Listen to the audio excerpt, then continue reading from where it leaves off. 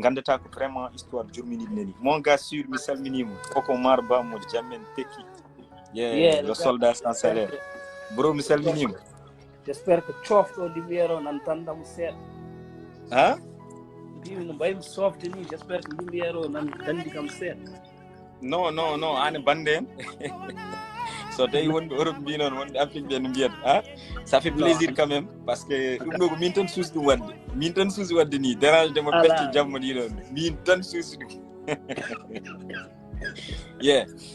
Bon, pour être bref, sincèrement parler, tout d'abord on vous dit respect encore une fois parce que respect on tout dit mais à la page. Et moi personnellement mi hali dum nane life mo ko baddo nane life page moy mais runki marsude chat nani hen baddu hen a tambum donc mi yoya mbim grawul donc mi coupat parce que ba binne kadi koko wadi kam chatu quoi parce que ba binne wi kam non hoto wat life à 22h mbi mom non OK d'accord mais wadi kam chatu life runki yade quoi en tout cas ça fait plaisir grand min gartam mi tan koy documentaire o parce que ki hande dum non burno uddude horam de hay conférence de presse on question de dire on a dit à l'album de Jamin Teki 30 ans accompagné par un documentaire et après min jani documentaire o et alhamdulillah peut-être stratégiquement après que joni pammi quoi parce qu'on majjinnobe kam histoire o ko 28 novembre panno don et puis do joni kon jaggubi yimbe fof stage et affaire o quoi. Parle-nous de Odo documentaire également. Yeah, avant tout d'abord, je te remercie. Je remercie toute la population mauritanienne.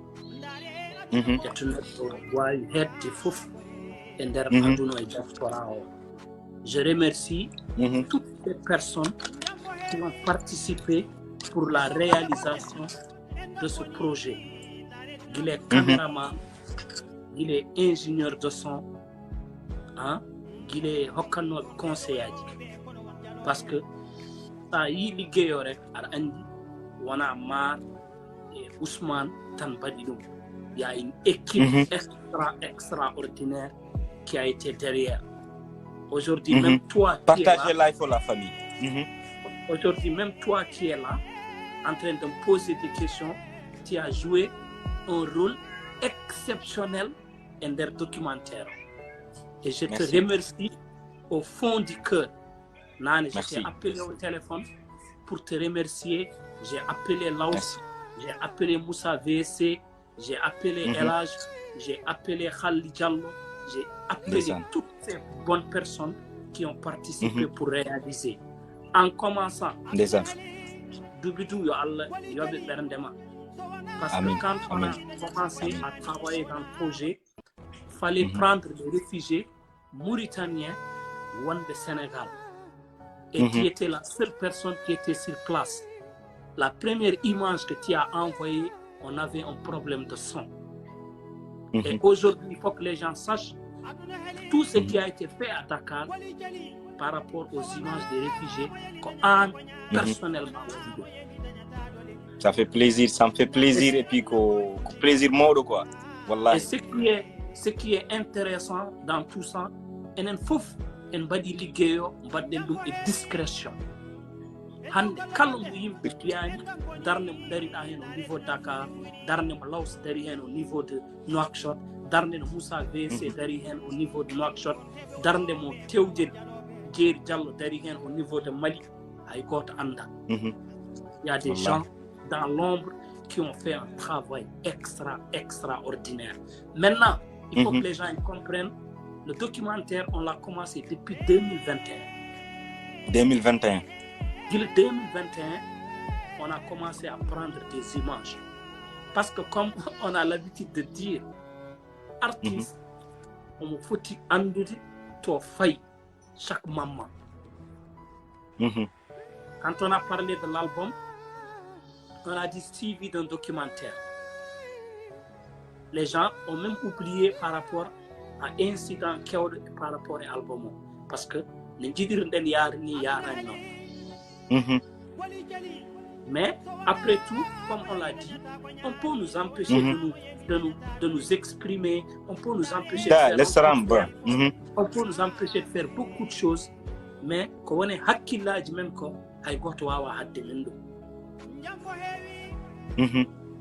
Donc, c'est ce qui a fait. On a travaillé tous avec toute l'équipe pour pouvoir réaliser ce beau documentaire. Et nous remercions aussi les gens qui ont pris le temps et qui ont eu confiance en nous. Ils ont eu l'audace, le courage de parler. De parler. Ouais. Parce que pour nous-mêmes, jaminte ki awawa yaltin album momin bay taw kala au problème. Au problème même jom problème aji be minen buri be rodade problème o anda to fa. Exactly. Je voulais t'envoyer et je voulais te faire écouter un message que Aljuma Sissoko nelti kam min téléphone. Ndeysaan. Aljuma Sissoko woni le président des réfugiés mauritaniens au niveau du Sénégal. Au niveau du Sénégal. Hando yalti adun. Message. Message mon. On est le vieux là. Vieux. Message mon neldi kamo. On message kala mo neldi dum. Wonta dana jam te hare mabbe wada hare.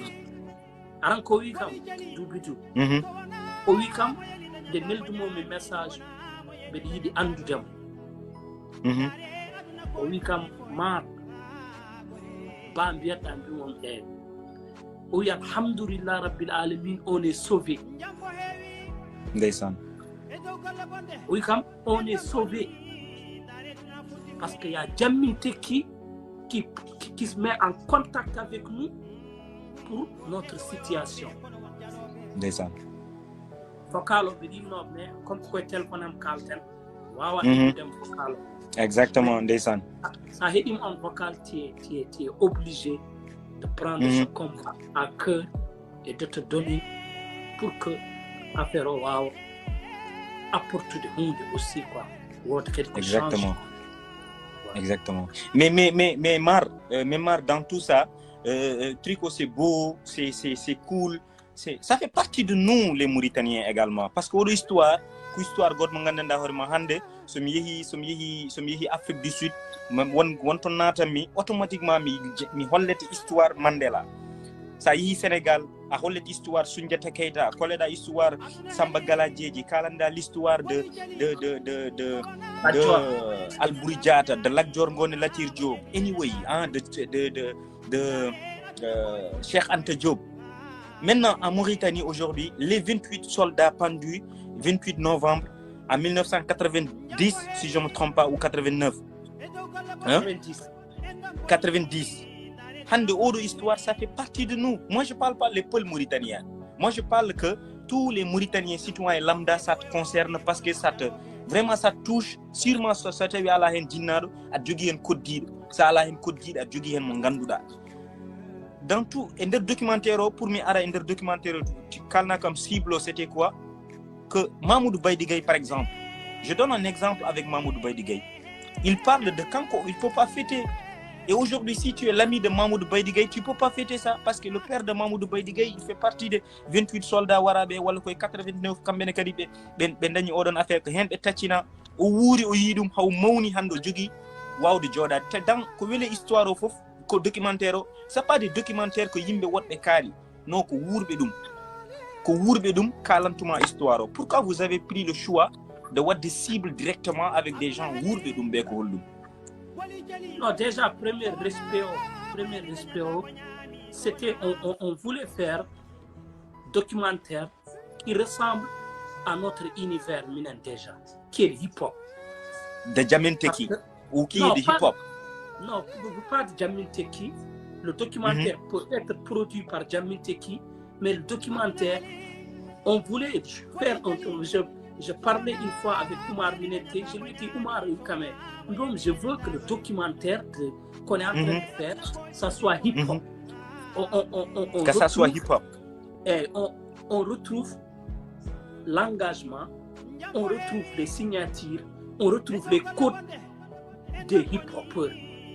C'est pour cela que vous avez choisi les sons comme Lam Toro Possi, comme Yero Gainako, comme comment il s'appelle encore Yontamen. Ouais. C'est ça. Moi, que ça soit hip-hop.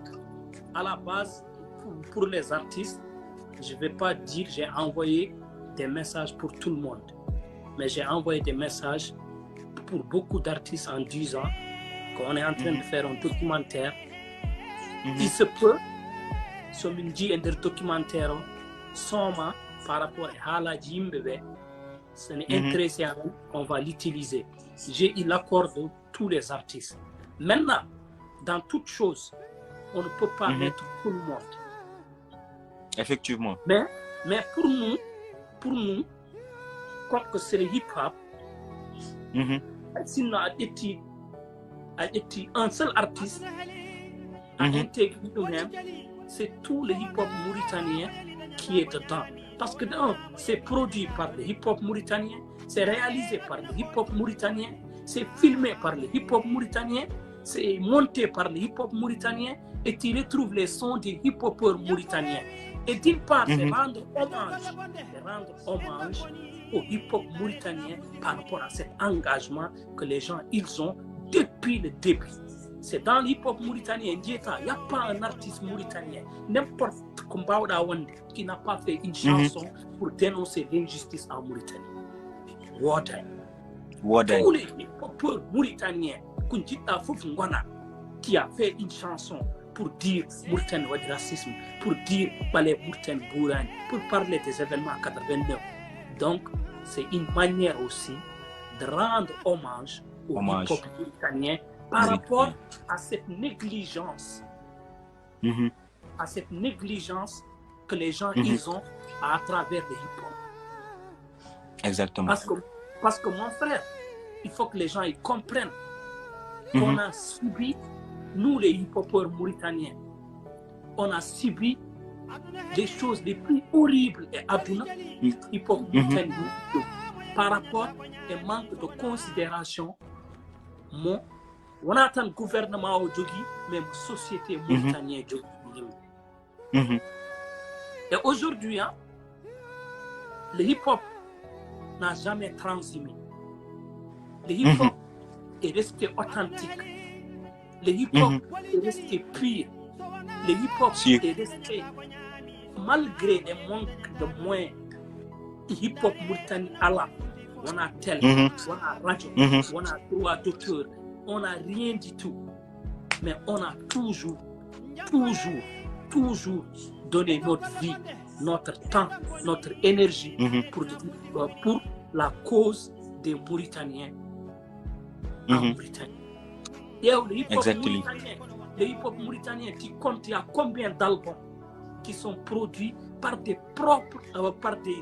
hip-hopeurs sans sponsor, sans aide, sans rien du tout. Aujourd'hui, quand le hip-hop produit des documentaires, quand le hip-hop est nommé, quand le hip-hop est récompensé, c'est le hip-hop mauritanien qui gagne. C'est le hip-hop mauritanien qui gagne. Et alhamdoulilah, Rabbil Alamin, aujourd'hui, nous, les hip-hopeurs, nous tous, tant que nous sommes, on est fiers de ce qu'on est en train de rapporter à la Mauritanie. Que ça soit nouvelle génération, que ça soit ancienne génération, nous, on ne condamne pas la nouvelle génération, leur façon de faire, parce que chaque génération, quand nous imposons hip-hop, mais il faut qu'il y ait des gens qui sont des gardiens de ce qu'on appelle les puristes. Il y a ce qu'on appelle les gardiens de la Constitution, c'est nous les hip-hopeurs. Mais il y a aussi les gardiens de la pure hip-hop. Il y a aussi les gardiens du vrai rap. Il faut que et nous, on veut faire partie de ces gardiens des vrais hip-hop. Parce que ko hiri ladde ko fof sago makko waltar ko galle makko. C'est vrai. Donc hip hop no wawi waade to wawi tolnade no wawi yaade e to wawi yettade fof artat ko hip hop. Et puis il faut que la nouvelle génération qu'elle observe, qu'elle regarde ce que les anciennes générations sont en train de faire au moment où eux ils étaient en train de faire des bifs. Ils étaient en train de faire parler d'eux. les grands sont en train de travailler sur des projets qui sont trop intéressants pour l'avenir de ce pays. Non, ce que j'ai pas compris, que Jamin Teki, je ne sais pas qu'on type de quoi, wala on a détermination mon tel ni don. On gari no shot pour voir des sorties album mon, état mauritanien sali, on a même entendu par rapport au documentaire, comme message mon ganda aussi, tout. C'est-à-dire que winda may archive, yimbe fofu ngandi mondanci andi Jamin ummima, lady gonde are lady mum, to jeya do nationalité mum, hadam wadde don concert. Après détermination on don. C'est-à-dire qu'on parle moins de business, on a titan moins de des sons ou album, mais ce genre de trucs là, histoire l'édiment. Kokonganda koko bennuno, il fallait que souka be ngandine dum. Ko dum don won ko pam don dum sa be ngatu don documentaire ou bien vous avez une complicité avec les veaux, avec par exemple nganda bamumen ko mbara et wormumen ko mbara, c'est pour cela madan don be odo documentaire. Mais j'ai envie de comprendre l'objectif c'est quoi?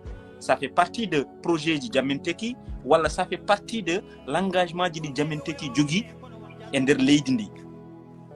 Non, ça fait partie, c'est un projet comme le projet d'album. Mais je t'ai dit, un album va dire que 3 étapes. Quand on parle d'album, aujourd'hui j'aime bien les gens, ils nous écoutent, mais ils essaient aussi de nous comprendre. Parce qu'on va parler sur beaucoup de codes.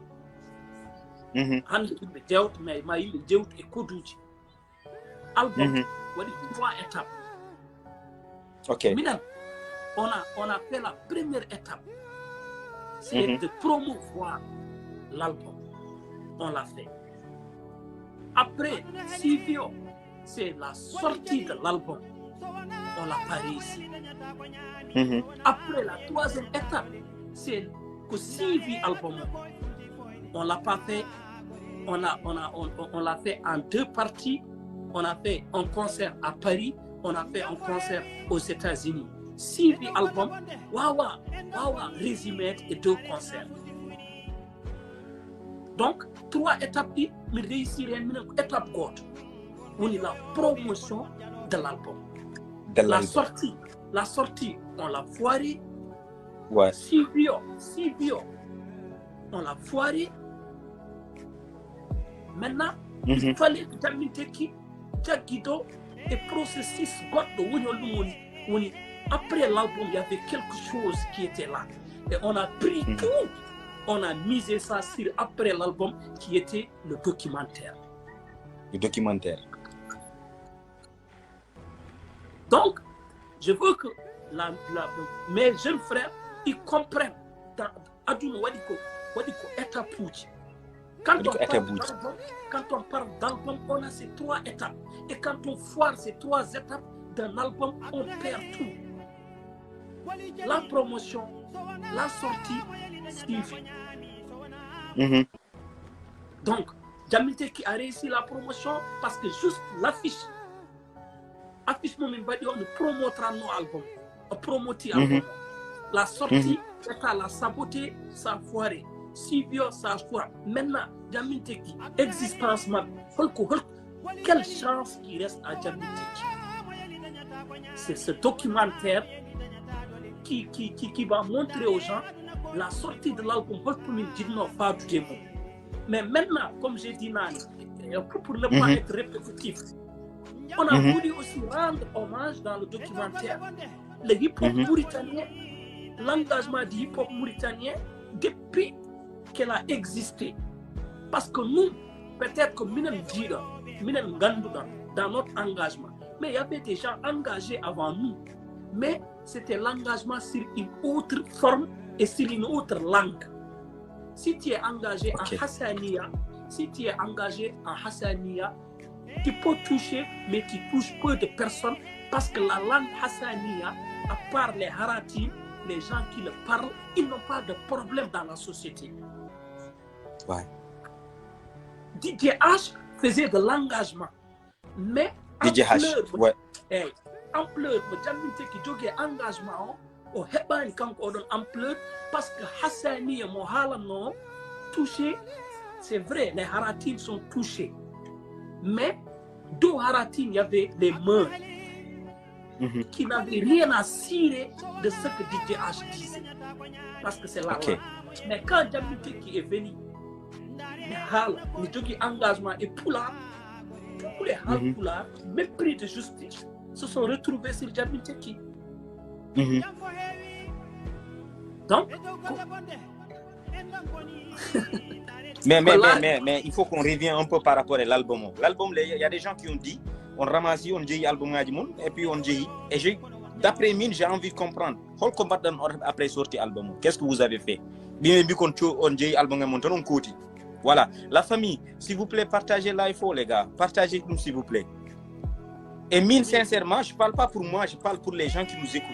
Et Emma Anne Marba, en tant qu'élément et membre fondateur de Jammeh Teki, qu'est-ce que vous avez fait avec l'argent Odon mon album? Parce que l'album, c'était pas gratuit quand même. On a des spectacles, mais on a un album. Mino, je vais te. My calculer.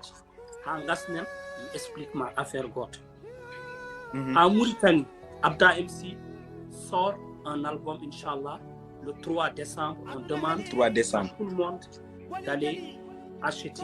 Mais je vais dire quelque chose. Mauritanie, le 10 de Rino, personne ne sort un album financièrement. C'est pour la première fois. Non, Bim. Mauritanie, tous les artistes, on a Mauritanie, tous les artistes, la plupart des artistes, ils ont un album pour réussir parce qu'on a un album en Afrique. On a Nigeria, mais bien Sénégal, Mauritanie, Mali, et de Gouré. Mais ça y est, les 3 étapes.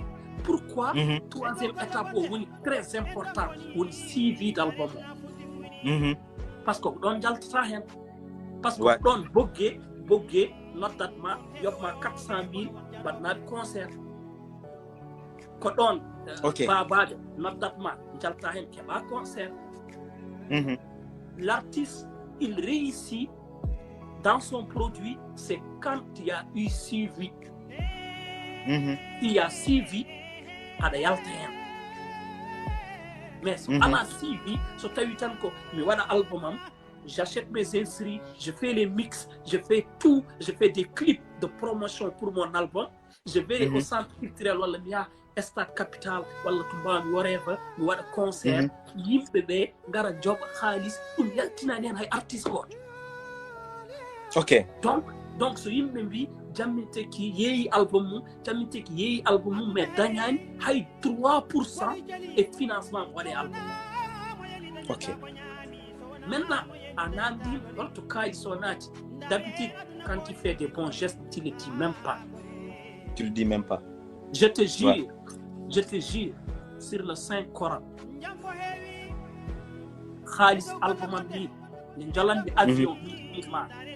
Ousmane Jammeh Teki sortan kam bouteille et vient. C'est-à-dire Haydar on nawtani.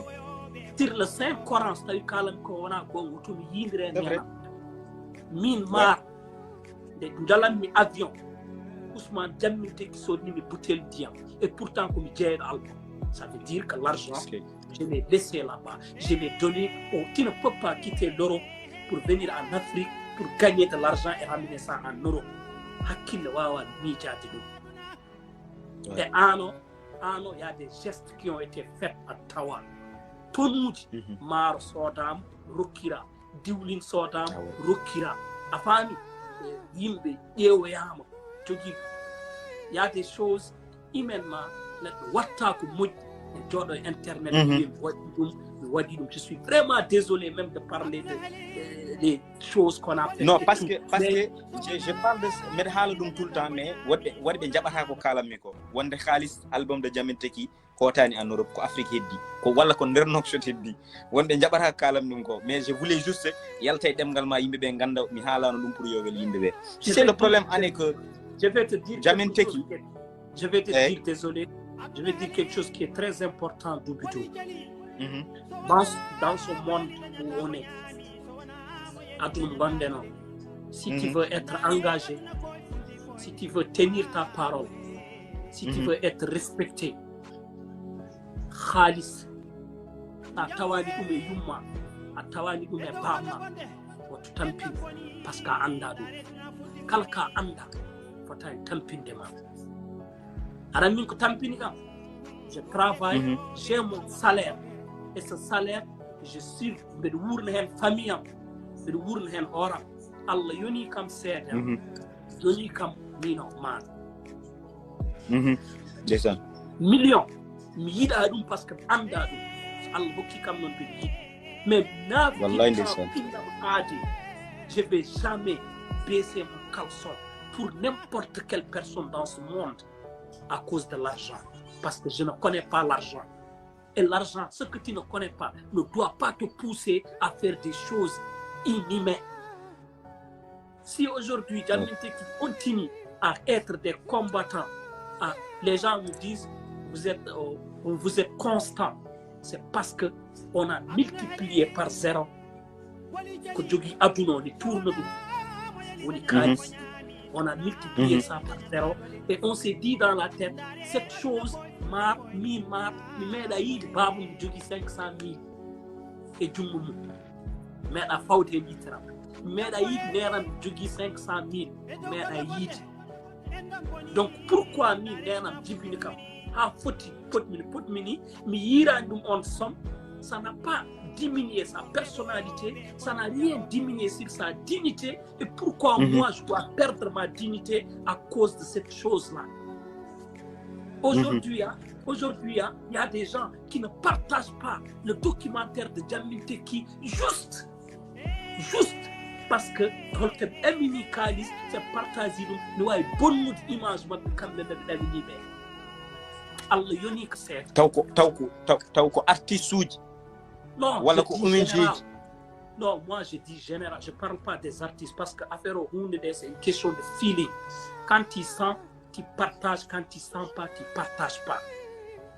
Et il y a un vieux goat one vieux goat bi one day et yero gisse mi salminima le grand journaliste oui one day il y a des choses ça concerne tout le monde et il y a des choses ça concerne que an bardo dum et je pense que au documentaire ça doit être concerné à tout le monde parce que histoire mo gandanda horma même si ana wurandum parce que hoto jejjiten aussi ya mama goto kaldo dum der documentaire oui hoto jetten yimbe be fu mbadande min bus goto ne wadi safal be mujju ne wadi safal be gandanda horma hande so wiyama mun fof yo ar waro yo bondo mum o wi ya ƴeewoy moƴƴoma parce que moƴƴoma wonmo bonani tu vois ce que je veux dire donc c'est à dire que wana yimbe be fu boni wana kam fu boni mais ne wadi maguya goto tan mo ganda holto Diamanteki faade odo histoire en fait est-ce que après so justice wadi est-ce que après so reconnaissance wadi envers odo combat mo jogi dono est-ce que on tellin drapeau wala le combat continue bon et mujam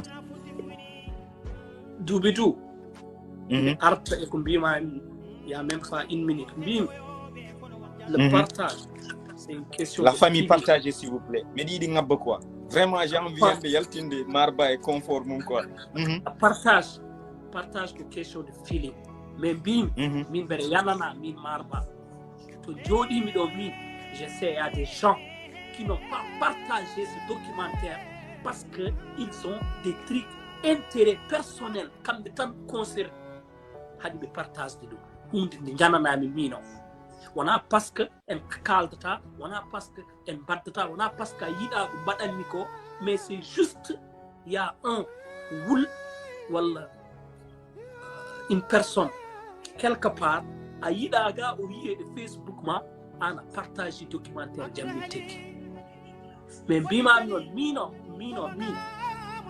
aduna kollirini je vais jamais ne pas prendre position pour faire plaisir à une personne ni mino watadum parce que mi anda kalis donc anda fota tampinde ma je suis né dans une famille trop pauvre sa nyami ta wottima hittuta sa hittima wattuta wala saha so botta deftam hira itte mais hadani fottel potmini haɗani jogaade miijo mo jogiimo haɗani nenam so yahe bedde respecta haɗani babam sen yahe bedde respecta pourquoi mino je dois baisser mon pantalon pour des intérêts financiers je ne vais pas le faire. Ou ne pas, même pire que ça, ne pas reconnaître la réalité de ton pays parce que il y a 1000 ou 2000.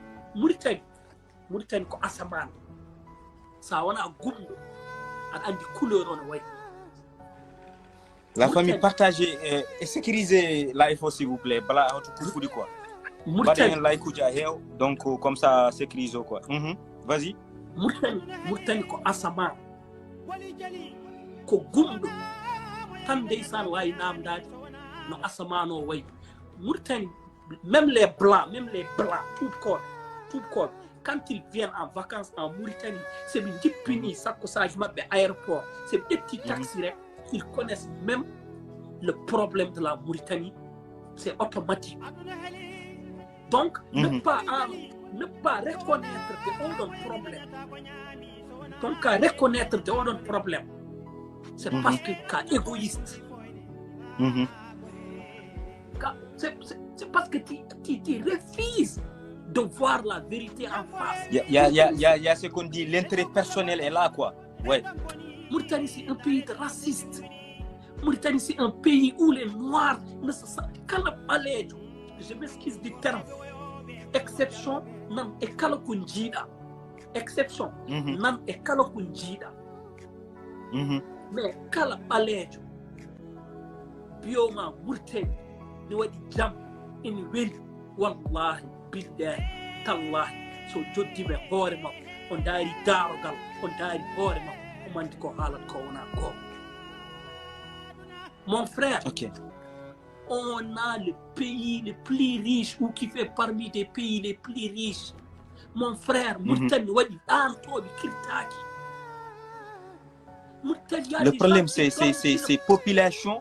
Problème de la population ou le système Mauritanie, système État Mauritanie way non. Non, quand on parle d'un pays, on parle d'un système.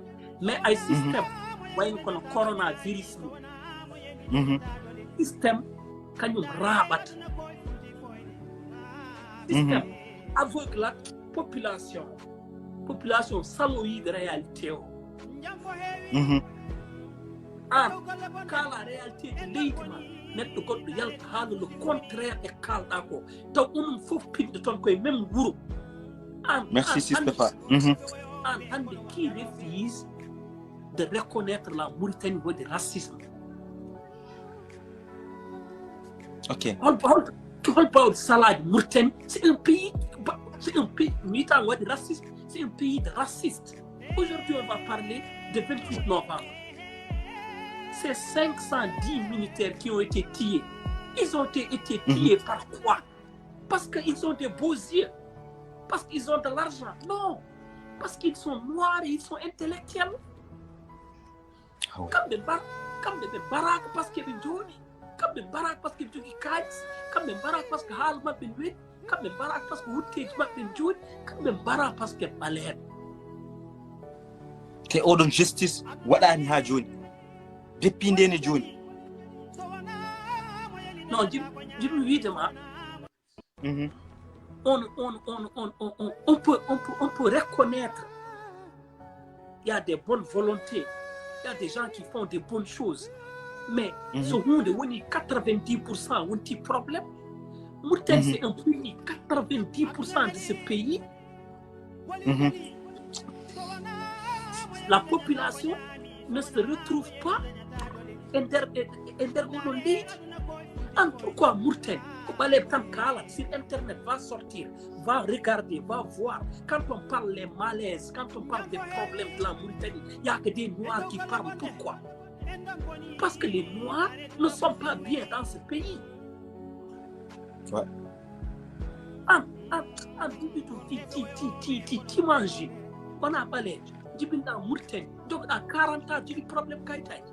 Donc, mino mar, ari Belgique, but il est petit comme Kaita lady.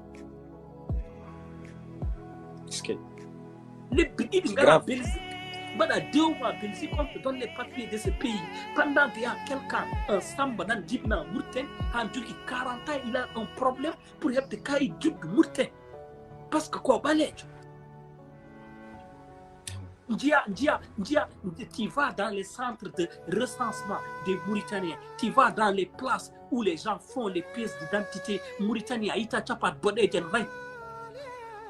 Mais Mauritanie, c'est une équité, une égalité, pourquoi dans les places où les gens cherchent les passeports, cherchent les cartes d'identité, comment les peines d'État pourquoi un Chapat Bodé n'a jamais un problème de caïd? Il y en a, mais non, exception, nani hunde fofu. Mais ça est exception, kewo et balève 80%, que 1% ou 2%. Arandi, on va encore aller plus loin. Et tellement la Mauritanie, les Noirs sont diabolisés, même les ambassades. Taouni balève le visa qui fournit plus de documents qu'un Chapat. Parce que système wadi dum non e hakkillaji ambassade uji wonbe don be fof on a un problème dans ce pays. Il faut que nous acceptons nous de reconnaître ça déjà et que nous osons de le dire. Il passe de il passe de complexe halde ñaw et problème bon Mauritanie. Nous, c'est lui qui croit qu'il aime la Mauritanie plus que nous, il est malade. C'est pas parce que nous dénonçons l'injustice de ce pays que nous aimons ce pays plus que ces gens qui disent qu'ils aiment le pays plus que nous. Parce que nous, on parle pour trouver des solutions, on parle pour dire le mal où il est, pour que les gens évitent ce genre de choses. Pour dire une petite anecdote Gortokos, lorsqu'on m'a arrêté à Rosso, par rapport, j'avais fait un direct ou quelque chose comme ça, commissaire de poste Wickham pour être non c'est grave, Wickham pour être tranquille dans ce pays, il faut laisser de faire des directs pour parler à Mauritanie quoi. Ou pouvoir des directs de la Mauritanie pour avoir des stabilités. Parce que c'est comme si qu'un étranger a le droit de ce qui se passe dans ton pays. En tant que commissaire c'est très grave. Donc, c'est-à-dire qu'il oublie même que tu es un citoyen lambda. Et on te dit même, non mais c'est très grave. Ce qui se passe dans ce pays est faute de hal de benana énergie. Et puis, aussi, il y a des négros, quoi. Yimbe balebe, nani ender la mungu, nani ender men aussi, ko kambe be di leptude, alebe wonbe de jogi problème ou ender Mauritanie. Non, il y a des gens, parce que ça jangi aussi, a yonti cerveau de l'aidement. Serve l'aidement, mais serve avec dignité. Surtout. Serve, nettement, gagne ta vie, gagne tout. Allah audit, saha. Mais quelques batailles à tout le monde. Avec beaucoup de sincérité, avec beaucoup de dignité. Parce que aïe combattent encore, au calten encore. Et dans le cas là, je ne ma word kupudum, naudum TikTok, word kupudum, naudum YouTube, word kupudum, naudum WhatsApp. Après toi seul et consciencement, tu vas rendre compte personnellement à Horema, Jordan, rendre compte Horema, bien mis, au cas là, nous, Gilnanico, Holt Paubido. Mauritanie, ko wuro, mon ganda Horema, Yimbebe. En poti pellitde ɓe daro ɓe ƴeewa holko foti waɗede pour leydi ndi wawa changude yimɓe leydi ndi mbawa fodde. Comment par exemple comme hol noon an tu t'imagines comment changement wuro ngo sans violence, sans certaines choses également. Tu sais wuro ko ɓuri wadde important ko so ala e wuro problème c'est la société civile. La société civile. Mauritanie, on a un problème parce qu'on n'a pas de société civile. Et cette société civile, l'État ne la reconnaît même pas. Société civile, on y net au wandane l'âme, au wandane opposition, quand on dit population. Oui, population oui. Joni ano, limtanam net goto, on dit que société civile de Mauritanie. Il n'est pas avec l'État, il n'est pas avec l'opposition, mais il est au milieu. Il est avec la population. Il y en a, mais peut-être qu'il y a un idole. Il y en a, mais... Ça y a une société civile, notre docteur casquette. Et ça n'a dit Abou Diallo. Quand il entend Abou Diallo au Sénégal, les jeunes Abou Diallo. Donc, société civile, quand l'opposition fait des choses qui ne sont pas normales, on hale. Quand le pouvoir dit qu'on est normal, on hale. Et quand il parle, il regarde toujours l'intérêt de la population sénégalaise. Donc, une société civile. 80%, c'est les artistes qui sont devenus des sociétés. Quand une société civile, surtout les rappeurs. Mais pour y aussi, la diabolisation, il me doit on martab. En jotta et débat, en jotta tel, lui est on dit quoi parti au pouvoir, on dit quoi Biram, on dit quoi Ibrahim Sarr, on dit quoi Samba Cham, ko parti société civile. Amérique tel, Murtel. Débat, il faut jodi oui, o kari wond, o société civile wond. Débat wadi. Amérique.